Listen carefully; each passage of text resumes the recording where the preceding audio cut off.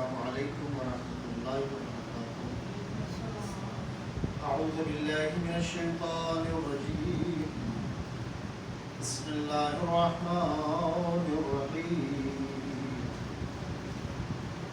الحمد للہ الذی کان موجودا قبل حدوث الاشیاء ویبقى بعد فناء الاشیاء، تفرد بالاولیت والقدم ووصنا كل شيء بعده بالفناء والعدم، كما قال ذا شأنه كل شيء هالك إلا وجه الله، كل نفس ذائقة الموت، وقال كل من عليها فان ويبقى وجه ربك ذو الجلال والإكرام، سبحان من لا يخفى إليه اختلاف النيات ولا يعذب عنه معاصي العباد في الخلوات، سبحان الله الذي منه خلقة العباد وإليه المعاد، فمن يعمل مثقال ذرة خيرا يره ومن يعمل مثقال ذرة شرا يره، نشهد أن محمدا نبيه وحبيبه وسيد المرسلين والشفيع المذنبين، وصلى الله على محمد وآله الطيبين الطاهرين۔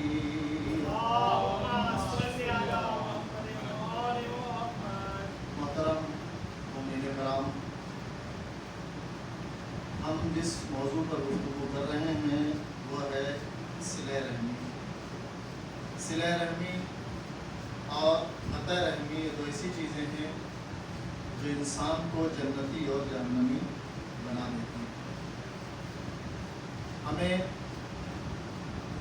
خدا سے، اس کے عذاب سے ڈرنا چاہیے، تقویٰ اختیار کرنا چاہیے، کیونکہ خدا لا شریک نے اس دنیا میں جو ہمیں بھیجا ہے وہ صرف اس لیے نہیں بھیجا کہ ہم دنیا میں جائیں اور رہیں اور واپس آ جائیں۔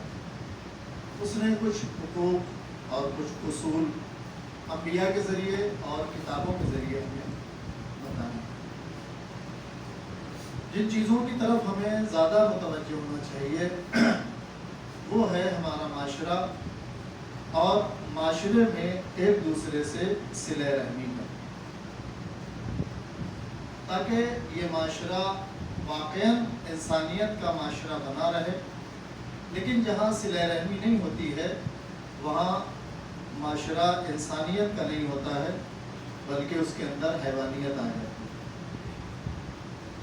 انسان کی تربیت میں دو لوگوں کا ہاتھ ہوتا ہے، ایک تو اس کے وہ والدین ہیں اللہ نے جن کو اس کی خلقت کا ذریعہ بنایا ہے، اور دوسرے وہ روحانی والدین ہیں جنہوں نے اسے تعلیم اور تربیت دی۔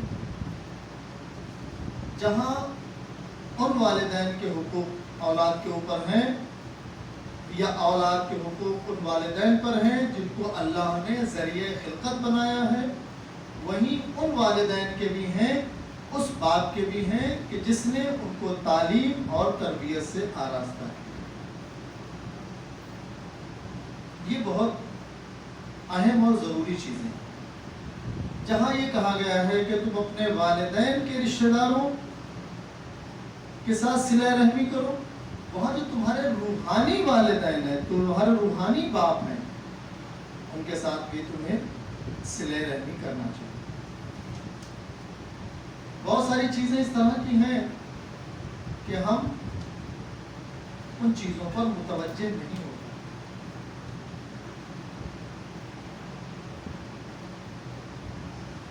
انسان جس کے اندر اللہ نے بہت سارے کمالات رکھے، انسان جس کے اندر اس کی شخصیت کو پوشیدہ رکھا ہے،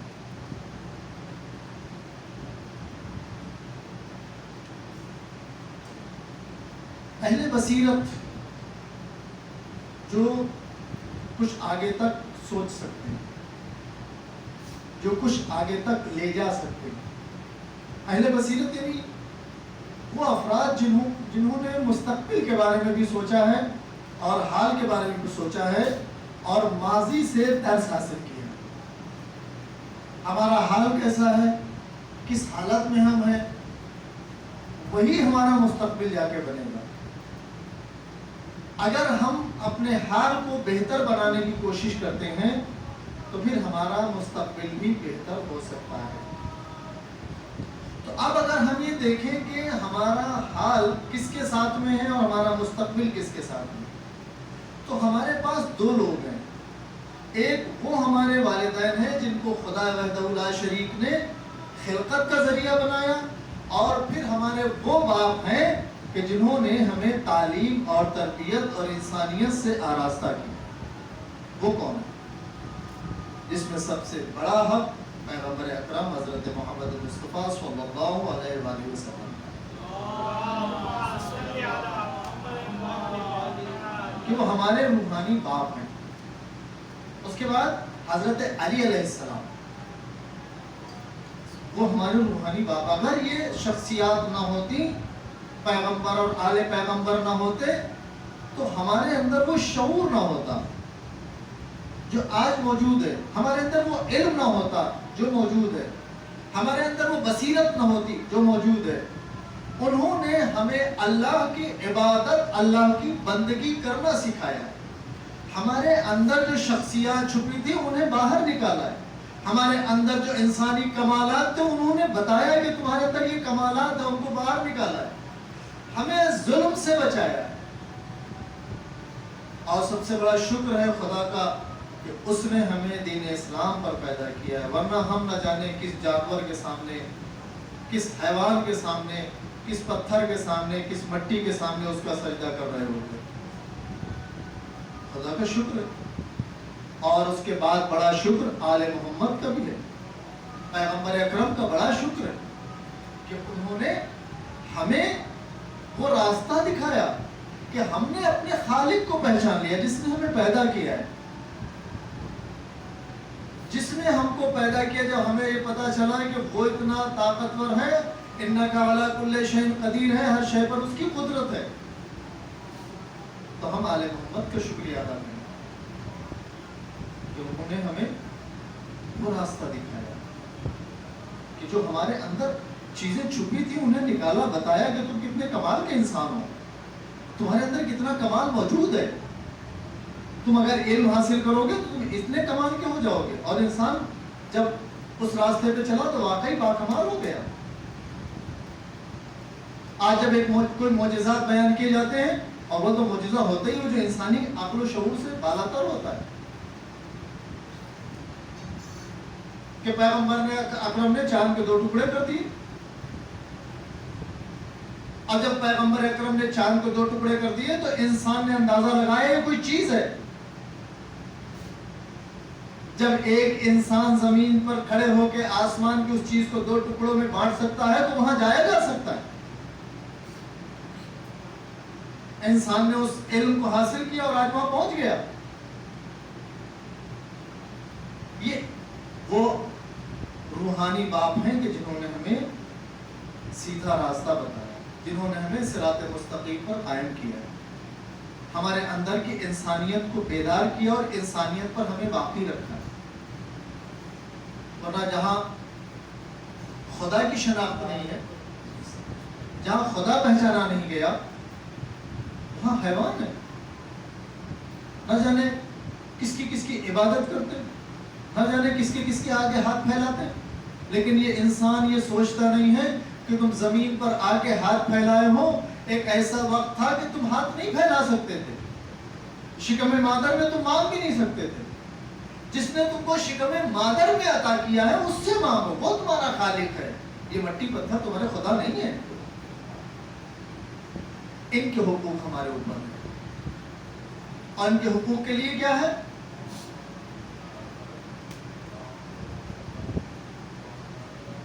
بسم اللہ الرحمن الرحیم. لقد من اللہ علی المؤمنین اذ بعث فیہم رسولا من انفسہم یتلو علیہم آیاتہ ویعلمہم الکتاب والحکمہ وإن كانوا من قبل لفی ضلال مبین.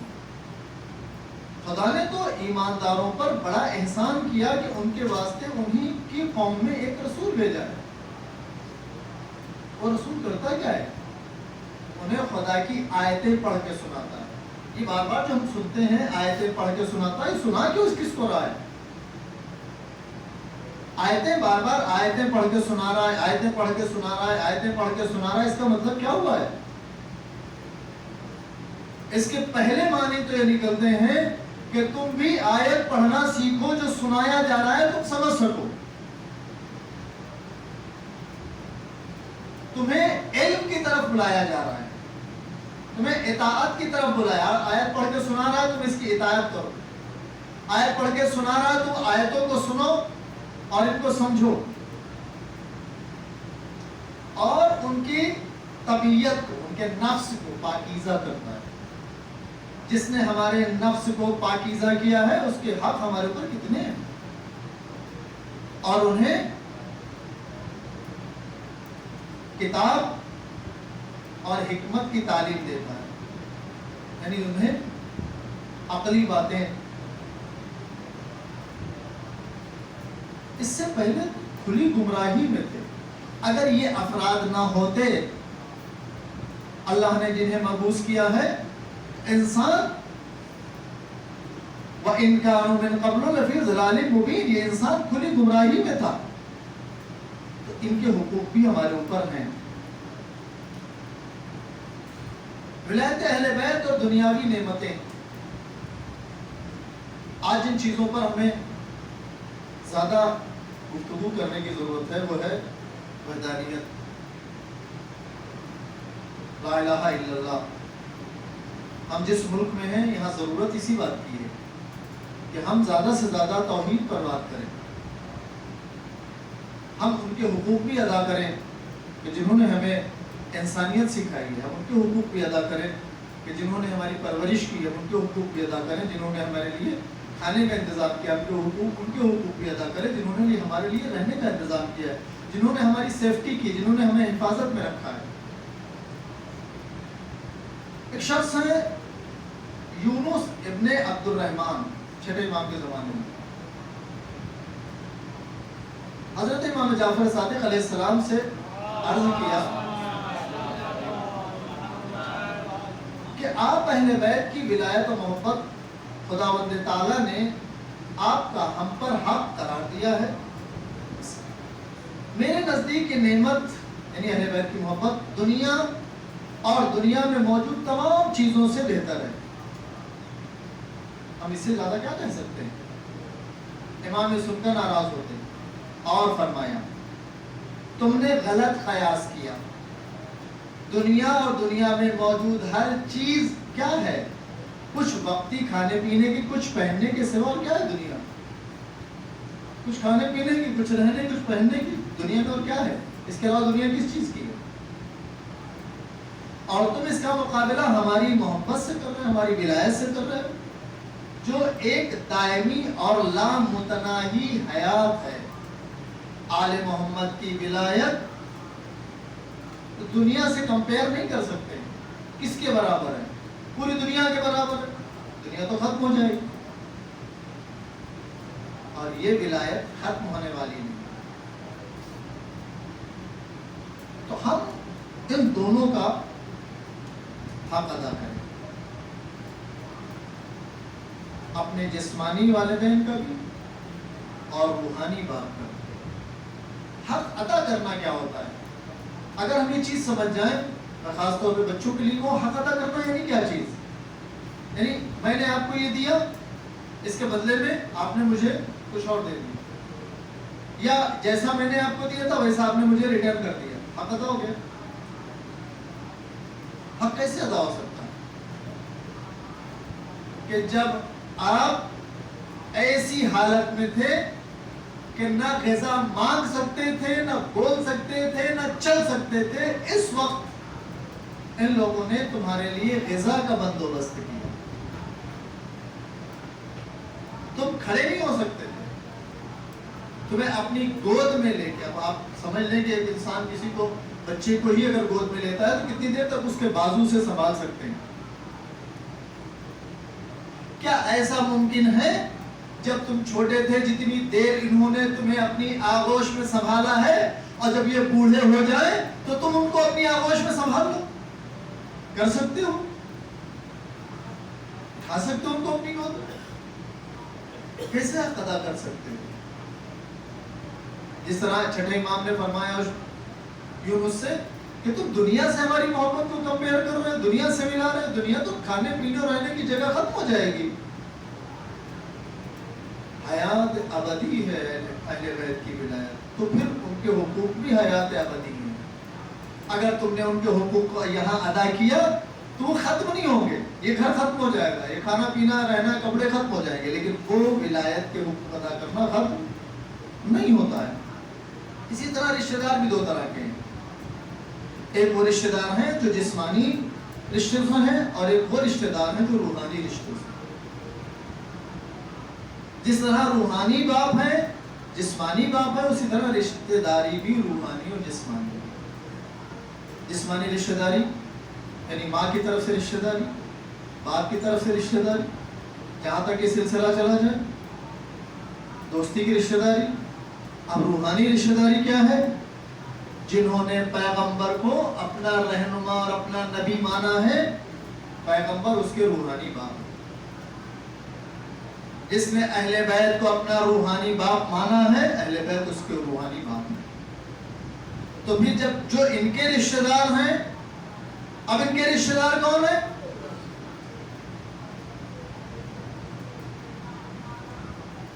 جس طرح جسمانی والدین اور دیگر رشتہ دار سے قطع رحمی حرام ہے، اسی طرح روحانی رشتہ داروں سے بھی قطع رحمی حرام ہے، ہم نہیں کر سکتے۔ کون ہے وہ لوگ؟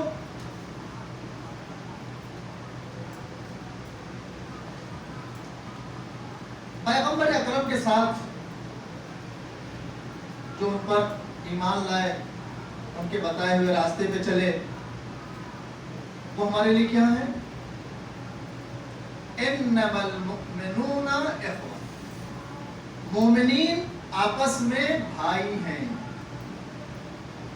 بھائی دو طرح کے ہوئے، ایک وہ بھائی ہے جو تمہارے باپ کی طرف سے، ایک وہ بھائی ہے جو تمہاری ماں کی طرف سے ہے، اور ایک وہ بھائی ہے جو تمہارے نبی کی طرف سے ہے۔ یعنی جو ایمان لے آئے ہیں وہ ایک دوسرے کے بھائی ہیں، اور بھائی سے قطع رحمی اللہ کو پسند نہیں ہے۔ علامہ حلی نے اپنے بیٹے کو بھی ان چیزوں کی طرف متوجہ کیا اور کہا ہے تو ہمیشہ اپنے روحانی رشتہ داروں کا بھی خیال رکھنا۔ روحانی رشتہ داری ہمیں کیسے سمجھ میں آئے گی؟ جب پیغمبر کے پاس لوگ آئے، یا رسول اللہ ہم کچھ حقوق ادا کرنا چاہتے ہیں، آپ نے ہمیں اندھیروں سے اجالوں کی طرف لا کے کھڑا کیا، آپ نے ہمیں ظلمت سے نکالا، آپ نے ہمیں گمراہی سے نکالا، آپ نے ہمیں ضلالت سے نکالا، آپ نے ہمیں ذلت سے بچایا، آپ نے ہمیں بت پرستی سے بچایا، آپ نے ہمیں گمراہی سے بچایا۔ اب بتائیے ہم بھی کچھ حقوق ادا کرنا چاہتے ہیں، ہم کیا کریں؟ قرآنی خدا وجل شریف نے اپنے نبی سے کہا قُلْ لَا أَسْأَلُكُمْ عَلَيْهِ أَجْرًا إِلَّا الْمَوَدَّةَ فِي الْقُرْبَى۔ میرے رسول ان سے کہہ دو اگر حق ادا کرنا ہے، سونے چاندی نہ لائیں، کھانے کی دیگوں کی لائن نہ لگائیں، میرے اہل بیت سے محبت کریں۔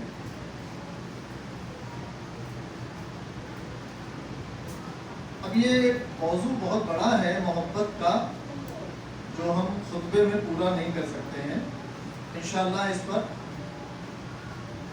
آئندہ کبھی گفتگو ہوگی۔ حقوق ادا کریں۔ اب آگے جب ہم نے پیغمبر کو کچھ دینا چاہا تو اللہ نے پیغمبر سے کہا کچھ مال و دولت تو ختم ہو جاتا ہے نا، دل میں آپ کیا سوچ رہے ہیں وہ کوئی ختم نہیں کر سکتا، چاہے جتنی تلواریں زبان پر آئی ہوئی چیزیں آپ کی ختم کی جا سکتی ہیں، یہ بول دو، بول دیا، یہ لے لو، لے لیا،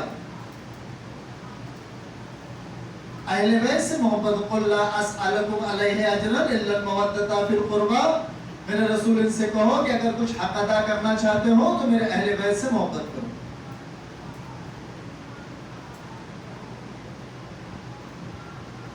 کس طرح محبت کرو؟ یعنی فرما برداری کرو، جو وہ کہیں اسے پورا کرو۔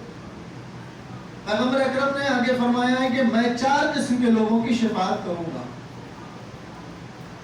چاہے وہ اگرچہ تمام دنیا کے گناہ وہ ساتھ لے آئیں، لیکن ایک چیز یاد رکھیے، تو اگر ہم اس حدیث کو پڑھ لیں اور پھر گناہ کرنا شروع کر دیں تو پھر وہ بخشش کے لائق نہیں ہے۔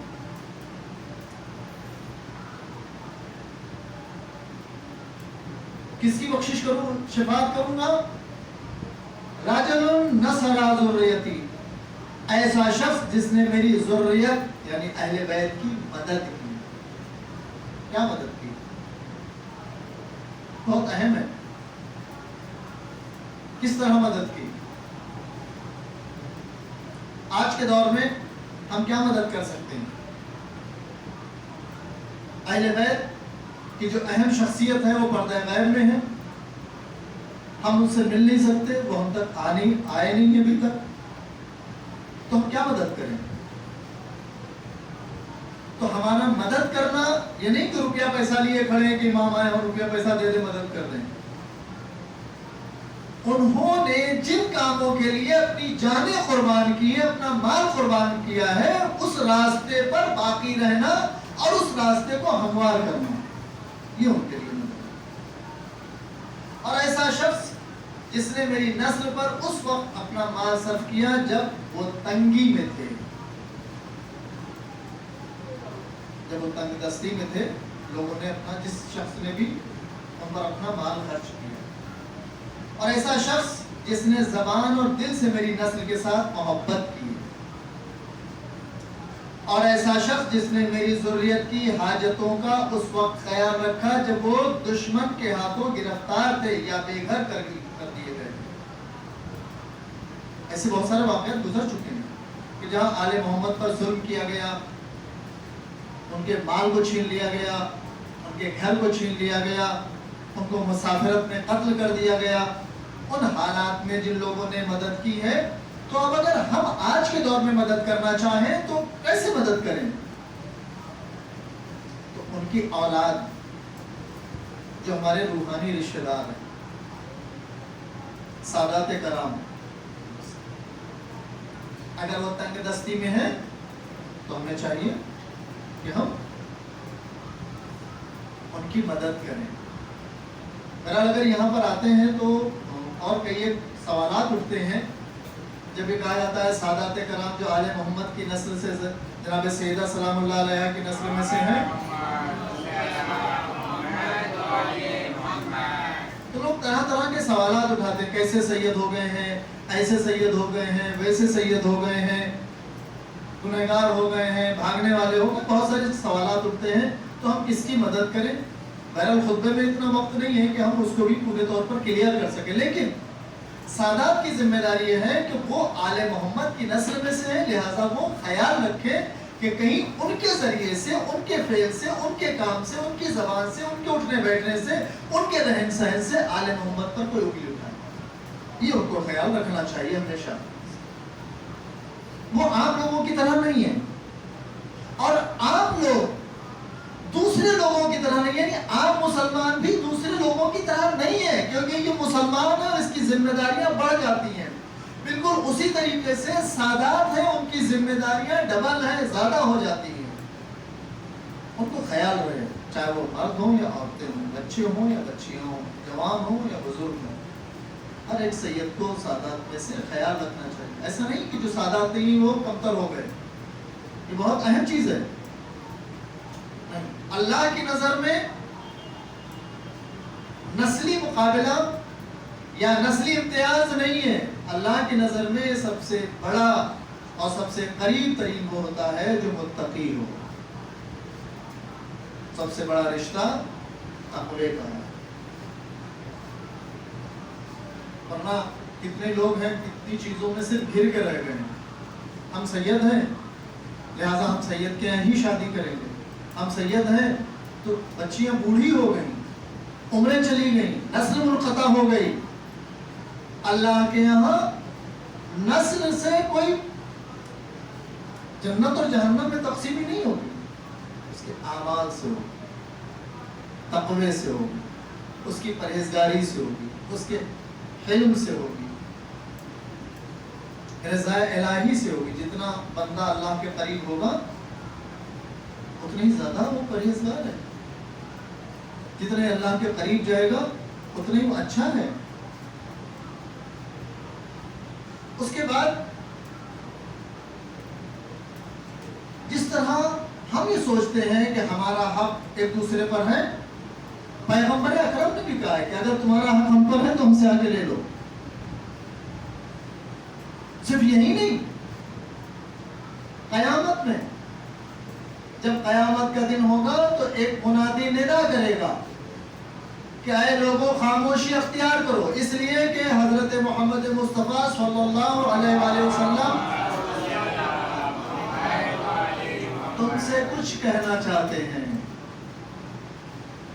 پیغمبر کیا کہہ رہے ہیں؟ نبی کھڑے ہوں گے اور فرمائیں گے اے لوگوں, جس شخص کا کوئی حق, کوئی احسان یا کوئی کار خیر میری گردن پر ہو تو وہ کھڑا ہو جائے, میں اس کا بدلہ دے دوں گا. پیغمبر کہہ رہے ہیں. تو جب پیغمبر یہ کہہ رہے ہیں, نبی یہ کہہ رہا ہے کہ ہم بدلہ لینے کے لیے تیار ہو, قیامت میں حقوق کے بارے میں سوال کیا جائے گا تو لوگ کہیں گے یا رسول اللہ ہمارا کون سا احسان, ہمارا کیا بدلہ ہے, ہم کیا مقابلہ کر سکتے ہیں. احسان تو آپ کا ہے, ہمیں ذلت سے نکالا. احسان تو آپ کا ہے کہ ہمیں گمراہی سے نکالا. احسان تو آپ کا ہے, ہمیں علم سے نوازا. احسان تو آپ کا ہے کہ ہمیں رشتوں کو پہچانوایا. احسان تو وہ آپ کا ہے کہ ہمیں گمراہی سے بچایا. احسان تو آپ کا ہے کہ ہمیں بت پرستی سے بچایا, ورنہ ہم نہ جانے کس جانور اور کس حیوان اور کس پتھر اور کس مٹی کے سامنے سر جھکائے کھڑے. آپ کا احسان ہے ہم پر. لیکن ہم کیا ہے, ہم یہ سمجھتے ہیں کہ تھوڑی چیز اللہ کی راہ میں خرچ کی اور ہم نے احسان کر دیا. وہ تھوڑی سی چیز دی کس نے, تھوڑی سی چیز آئی کہاں سے ہمارے پاس, دی تو خدا نے ہے, بخشی تو اسی خالق نے ہے. لہذا ہم ایک دوسرے کے قطع رحمی سے بچنے کی کوشش کرتے ہیں. اگر ہم نے کوشش نہیں کی تو ہمارے اعمال خراب ہو جائیں گے. اس سے پہلے میں بہت ساری چیزیں بیان کر چکا ہوں. زندگی کم ہو جاتی ہے, رزق کم ہو جاتا ہے. کب؟ جب ہم قطع رحمی کرتے ہیں, جب ہم اپنے رشتوں سے دور ہوتے چلے جائیں. آج رشتوں سے دور ہونے کے لیے آپ غور کریں کس چیز سے ہمارے رشتے زیادہ ٹوٹ رہے ہیں. کون سی ایسی چیز ہے جو ہم رشتوں سے دور ہو رہے ہیں؟ کون سی ایسی چیز ہے جو ہماری عبادتوں کو کم کیے دے رہی ہے؟ کون سی ایسی چیز ہے جو ہماری ریاضتوں کو کم کر رہی ہے؟ کون سی ایسی چیز ہے جو تلاوت قرآن سے ہمیں روک رہی ہے؟ آپ غور کریں. ہم اپنے رشتہ داروں کے پاس نہیں جاتے, ہم ان کی خبر گیری کرنے نہیں جا پاتے, ہم اپنے والدین کے پاس وقت نہیں بتا پاتے, بیٹھ نہیں پاتے, اور وہ ساتھ میں ہی رہتے ہوں. ہمیں ان کی باتیں کڑوی لگنے لگتی ہیں, ان کے مشورے ہمیں خراب لگنے لگتے ہیں, لیکن یہ نہیں پتا ہے کہ انہی کے مشورے سے آج ہم یہاں تک پہنچے ہیں, انہی کی تربیت سے آج ہم یہاں تک پہنچے ہیں. وہ ایسی کون سی چیز ہے جو ہمارے گھروں کو اجاڑ رہی ہے؟ وہ ایسی کون سی چیز ہے جو ہماری بستیوں کو اجاڑ رہی ہے؟ جو ایسی کون سی چیز ہے جو ہمارے رشتوں کو توڑ رہی ہے؟ ہم نے کبھی غور کیا؟ وہ کون سی چیز ہے؟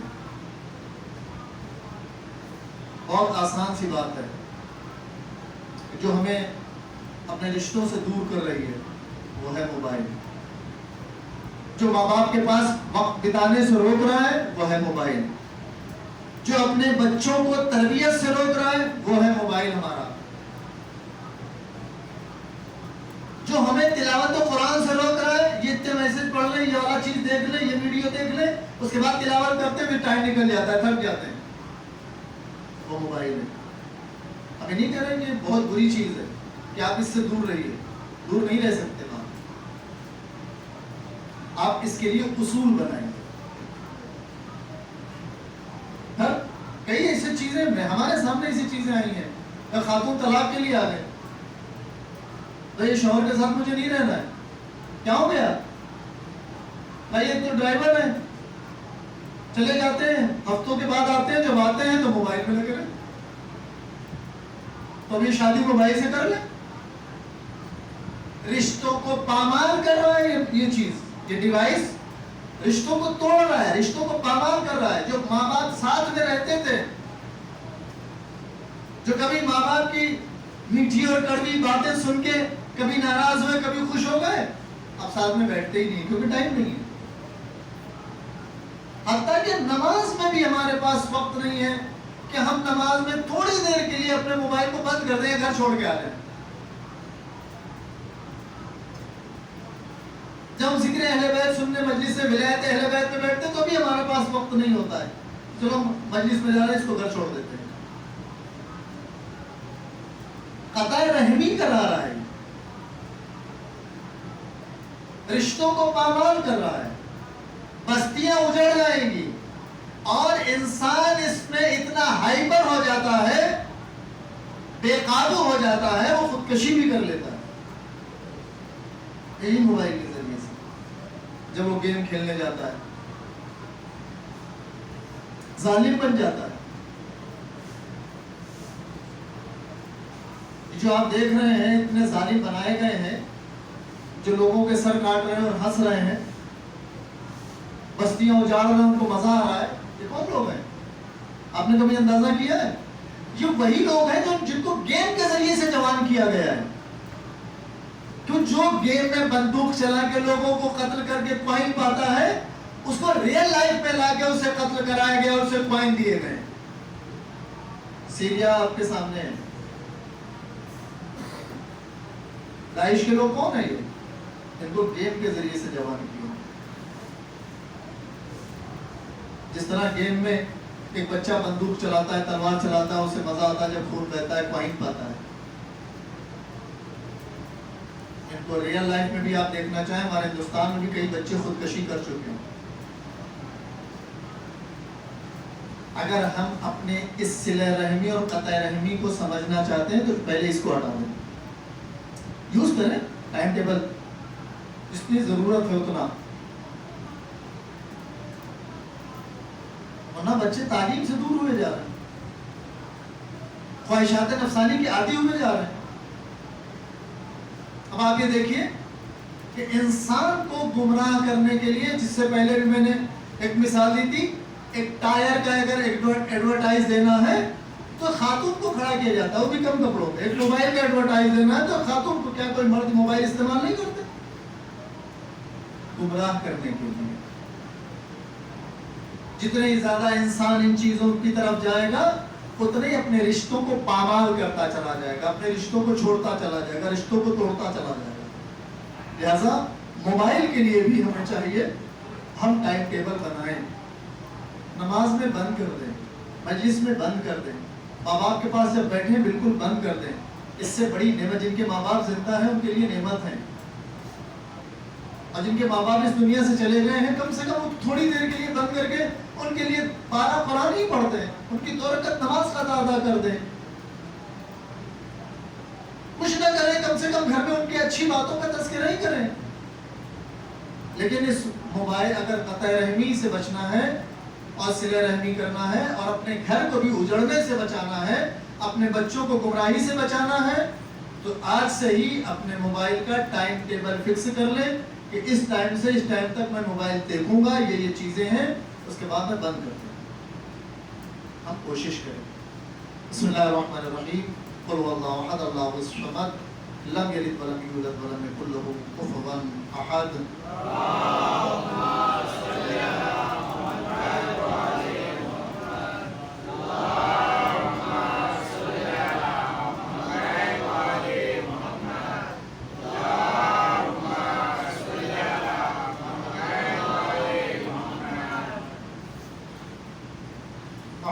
بالله من الشيطان الرجيم.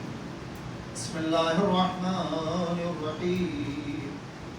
الحمد لله الذي لا إله إلا الله العليم الكريم غافر الذنب وقابل التوبة وهو الغفور الرحيم.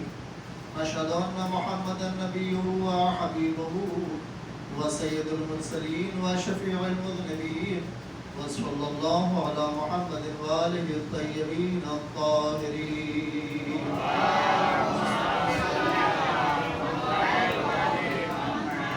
اللهم صل على أمير المؤمنين قائد الغر المعجلين هادينا وسيدنا علي بن أبي طالب عليه السلام.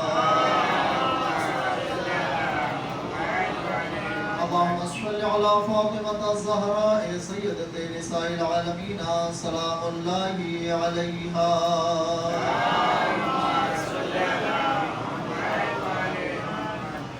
اللهم صل على إمام المتقين سيد شباب أهل الجنة حسن والحسين عليهم السلام. اللهم صل على إمام المتقين علي بن الحسين زين العابدين عليه السلام. اللهم صل على إمام المتقين محمد بن علي عليه السلام. اللهم صل على إمام المتقين جعفر بن محمد عليه السلام. اللهم صل على إمام المتقين موسى بن جعفر عليه السلام. اللهم صل على إمام المتقين علي بن موسى الكاظم عليه السلام. اللهم صل على إمام المتقين محمد بن علي عليه السلام. اللهم صل على إمام المتقين علي بن محمد عليه السلام. اللهم صل على إمام المتقين حسن بن علي عليه السلام. اللهم صل على إمام المتقين بقية الله العظم حجة ابن الحسن العسكري عليه السلام. صلواتك عليه وعلى آبائه في هذه الساعة وفي كل ساعة وليا وحافظا وقائدا وناصرا ودليلا وعينا حتى تسكنه أرضك طوعا وتمتعه فيها طويلا.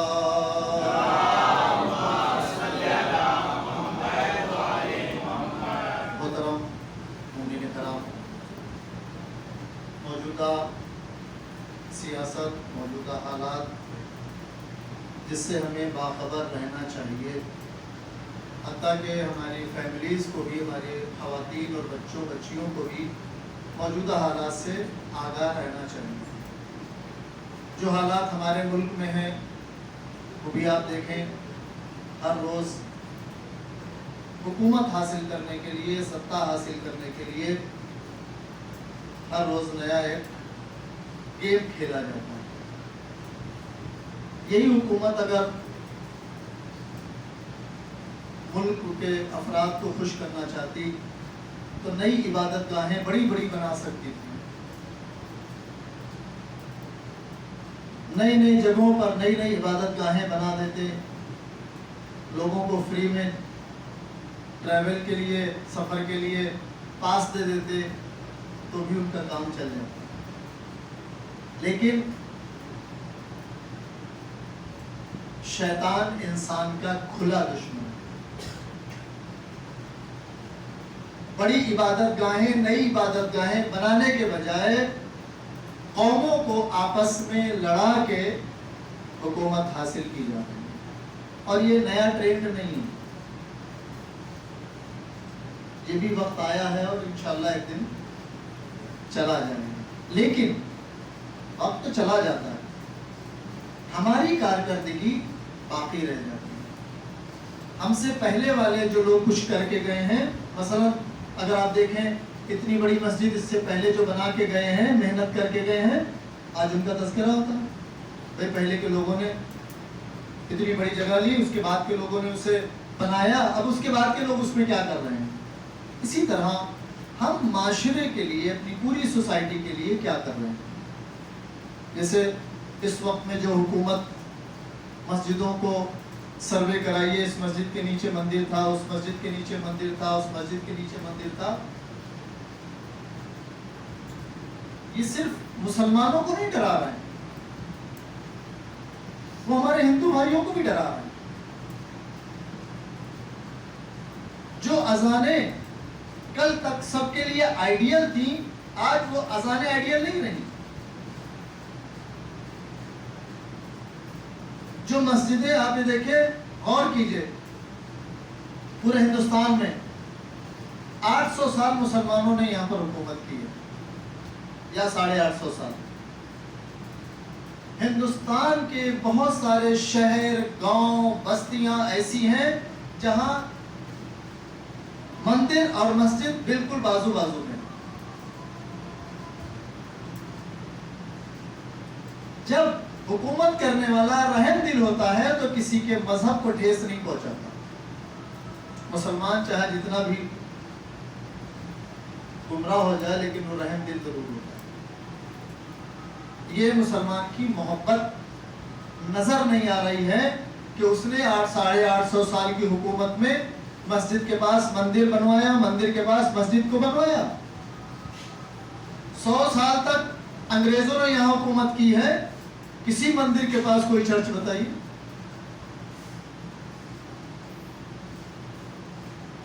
مسلمانوں نے اسکول قائم کیے، ایجوکیشن کے لیے کیا، سفر سب کے لیے برابر رکھا. جب انگریز یہاں پر انہوں نے غلام بنایا، فرق یہی تھا، وہ حاکم تھے اور انہوں نے غلام بنایا. جب حاکم ہوتا ہے تو حاکم سب کے لیے برابر ہوتا ہے، اس لیے مسجد اور مندر سب کے لیے برابر تھی. لیکن جب انگریزوں نے غلام بنایا تو چرچ اور مسجدیں اور مندریں برابر نہیں رہی. نہ چرچ کے پاس کوئی مسجد آپ کو ملے گی، نہ کوئی مندر ملے گا کسی بھی، نہ یہودیوں کے چرچ کے پاس میں، نہ عیسائیوں کے چرچ کے پاس میں، کیونکہ انہوں نے غلام بنایا. آج جو لوگ ہیں حکومت میں، یہ یہودی آئیڈیالوجی پر چل رہے ہیں، اس لیے ان چیزوں کا تذکرہ نہیں کر رہے ہیں، کیونکہ یہودی سب سے بڑے انسانیت کے دشمن ہیں اور انہوں نے بھی وہیں سے سیکھا ہے. فلسطین میں یہودی مسلمانوں کو قتل کر رہے ہیں، یمن میں آل سعود جن کو آپریٹ کرنے والے، جن کو چلانے والے یہودی ہیں. عرب حکومتیں جتنی بھی ہیں، ان کو انگریزوں نے تو بنایا، تم فلاں جگہ کے بادشاہ، تم فلاں جگہ، جب دوسری ورلڈ وار ختم ہوئی ہے انہوں نے کہا جس نے بنایا ہے تو وہ تو ظاہر سی بات ہے بنا ہی رہے گا اس کا غلام. ترکی جس کو مسلمانوں بڑی محنت سے قائم کیا تھا، ایک یہودی کو مسلمان بنایا، کمال پاشا آتا ترک، اس کو ترکی کا بادشاہ بنایا اور ساری اسلامی چیزیں مٹا دی. اسپین میں مسلمانوں کی بہت بڑی حکومت تھی، زمانے تک رہی، مجھے اس کے ایئر یاد نہیں ہے، لیکن نشانیاں مٹاتے گئے. کتنی مٹاؤ، وہی حال ہندوستان میں ہو رہا ہے. اسلامک نشانیوں کو مٹاؤ. کیوں مٹاؤ؟ کیونکہ اسلام ایک ایسا مذہب ہے کہ اس کا درخت اتنا اچھا ہے کہ ہر ایک اس درخت کے چھاؤں میں آنا چاہتا ہے. ساری دنیا مسلمان نہ ہو جائے تو تم روک بھی نہیں سکتے نا. اس لیے لوگ اسلام کے خلاف مورچہ کھولے ہوئے. جب یہ دنیا جب اسلام کے خلاف مورچہ کھولے تو پھر ہمیں کیا کرنا ہے؟ اب آپ یہ دیکھیں، شرمگاہ کی عبادت کے لیے انسان لڑ رہا ہے، تو پھر ہمیں اس وقت توحید پر بات کرنا چاہیے. جس نے تمہیں خلق کیا اس پر بات کرنا چاہیے. یہ شرمگاہ نے تمہیں پیدا نہیں کیا ہے، میں اردو کا لفظ استعمال کر رہا ہوں، اب اسے ہندی میں کے لیے لنک کا اللہ نے پیدا کیا ہے، اللہ کی عبادت کرنا ہے. تو ایسے حالات میں ہمیں ریئل اسلام پیش کرنے کی ضرورت ہے، حقیقی اسلام پیش کرنے کی. ہر نبی نے سب سے پہلے آگے کہا لا الہ، کوئی خدا نہیں الا اللہ، سوائے اللہ. ہمیں اس پر زیادہ کام کرنے کی ضرورت ہے. ایام اعزا قریب ہے. پیغمبر اکرم نے سب سے پہلے جو کہا ہے وہ لا الہ الا اللہ. امام علی علیہ السلام نے جو سب سے پہلے کہا وہ لا الہ الا اللہ. امام حسن علیہ السلام نے جو سب سے پہلے کہا لا الہ الا اللہ. امام حسین علیہ السلام جو بچانے کے لیے گئے تھے لا الہ الا اللہ. ہماری مجلسوں میں اب ہندوستان میں خاص طور پہ ضرورت ہے توحید پر بات ہو، خالق پر بات ہو، تاکہ وہ لوگ جو اپنے خالق سے دور ہو گئے ہیں، کسی وجہ سے دور ہو گئے ہیں، وہ اپنے خالق کو سمجھنے لگے. سیاست کل کی کچھ اور تھی، آج کی کچھ اور ہے، کل کی سیاست کچھ اور ہو. لہذا ہم اگر سیاست سے، پولیٹکس سے لڑنا چاہتے ہیں تو اس کے لیے علم کی ضرورت ہے. آج اگر ہم علم نہیں حاصل کر پائیں تو ہم اپنی نسل کے لیے انتظام کریں. ہماری نسل صاحب علم ہوگی تو ہر زمانے کی پولیٹکس سے مقابلہ کرنے کے لیے آمادہ ہوگی اور تیار بھی ہوگی. برسات آتی ہے تو کوئی محل میں رہنے والا پریشان ہوتا ہے کیا؟ فٹ پاتھ پہ سونے والا، پنی ڈال کے سونے والا، چھپا ڈال کے سونے والا، پترا ڈال کے سونے والا، یہی پریشان ہوتا ہے نا. کوئی فلیٹ میں رہنے والا پریشان ہو. جب کوئی سیلاب آتا ہے تو نقصان کس کا ہوتا ہے؟ جو فٹ پاتھ پر سب بہہ گئے، جو چاروں میں رہ رہے ہیں سب بہہ گئے. بالکل اسی طریقے جب سیاسی سیلاب آتا ہے تو جہالت اس میں بہہ جاتی ہے اور وہ ہمیں کہیں نہ کہیں ایسی جگہ لے جا کے کھڑی کرتی ہے، یا وہ قتل کرے یا قتل ہو جائے. لیکن اگر وہ صاحب علم و فضیلت ہے تو اس ملک میں نہیں تو اس ملک میں، اس ملک میں نہیں تو اس ملک میں، وہ ہر ملک میں جا سکتا ہے اپنے علم کی فضیلت کے وقت. لیکن اگر اس کے پاس علم نہیں تو بند گیا، مجبور ہو گیا، نہیں جا سکتا.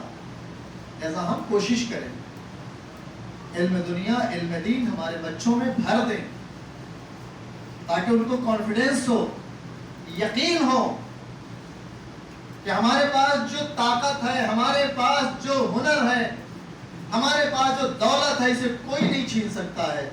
دولت بانٹو گے کم ہو جائے گی، علم بانٹو گے بڑھ جائے گا. سیاست سے مقابلہ کرنا ہے، علم چاہیے. حکومت میں دخل دینا ہے، علم چاہیے. حکومت میں عہدہ چاہیے، علم چاہیے. آپ کو ملکوں کی سیر کرنا ہے، علم چاہیے. اگر دولت چاہیے تو علم چاہیے. علم ہوگا تو دولت خود بخود آ جائے گی. علم نہیں ہوگا تو دولت کو ڈھونڈنا پڑے گا. اور جب تم جمع کر کے چلے جاؤ گے تمہاری نادان اولاد تمہیں وہ ساری دولت لٹا دے گی، کہیں کلب میں، کہیں بار میں، کہیں فلاں جگہ، کہیں مارکیٹ میں، کہیں گاڑیوں میں، کہیں گھروں میں. لہٰذا ہم کوشش کریں ان تمام چیزوں سے بچنے کے لیے علم کی طرف قدم بڑھائیں. میں دعا کرتا ہوں پروردگار باپ محمد و آل محمد ہماری اس قلیل سی عبادت کو قبول فرما. ہمارے بچے بچیاں جو دینی و دنیاوی تعلیمات حاصل کر رہے ہیں کامیابی و کامرانی عنایت فرما. ہم سب کو ذلت و گمراہی اور رسوائی سے محفوظ فرما. محبان آل محمد جہاں جہاں ہیں سب کی جان، مال، عزت، آبرو کی حفاظت فرما. تمام محبان آل محمد پر اپنی رحمتیں، برکتیں، نعمتیں، مغفرتیں نازل فرما. امام زمانہ علیہ السلام کو ظہور میں تعجیل فرما. ہم سب کو ان کے ناصر مددگاروں میں شمار فرما. ان اللہ ملائکتہ یصلون علی النبی یا ایھا الذین آمنوا صلوا علیہ وسلموا تسلیما.